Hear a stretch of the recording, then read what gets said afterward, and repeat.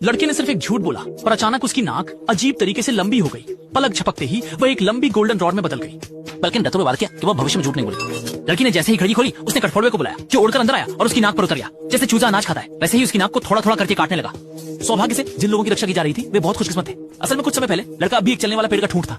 एक बिना संतान वाला बढ़ई उसे अनायास खोजा। रातों रात लकड़ी के ठूंठ को इंसानी आकार की कठपुतली के रूप में तराश दिया। जब वह अपनी कृति पर हाथ फेर रहा था तो अनायास पता चला कि कठपुतली में इंसान की दिल की धड़कन है। पास जाकर सुना सच में धड़कन तेज हो चुकी थी। बढ़ई ने जल्दी से कठपुतली के लिए आंखें तराश दी और साथ ही हाथ और पैर भी बना दिए। एक बच्चे जैसा मानवाकार कठपुतली तैयार हो गया। बढ़ई ने कठपुतली से कहा अगर तुम पापा कह सको तो कितना अच्छा होगा।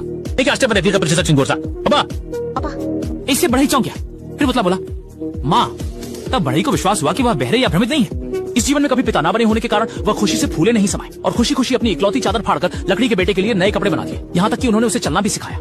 जानते नहीं थे कठपुतली पहले से ही स्वयं ही सीख चुकी थी। जब बढ़ई ने मुड़कर देखा तो पाया कि लकड़ी का पुतला तो पहले ही दूर भाग चुका था। बढ़ई जितना भी दौड़ा उसे पकड़ नहीं पाया। जब तक कि लकड़ी के पुतले का पीछा दो हंसकी से नहीं किया वो डर के मारे उछलता हुआ घर वापस आ गया और बैठ गया। आग जलाकर जल्दी ही नींद में खो गया। जब बढ़ई दरवाजा खटखटाकर वापस आया लकड़ी का पुतला जैसे ही उठने की कोशिश करता है जमीन पर गिर जाता है। तब उसे पता चलता है कि उसकी दोनों टांगें जल्द ही राख बनने वाली है। वो पुकारता है पापा जल्दी बचाओ। बढ़ई को खिड़की तोड़कर अंदर आना पड़ता है। ये बेटा इतना चिंता में क्यों डालता है। कुशल कारीगर लकड़हारे ने उसके लिए फिर से नई टांगें बना दी। बेटा इतना शरारती है लगता है उसे स्कूल भेजना सबसे अच्छा विकल्प है।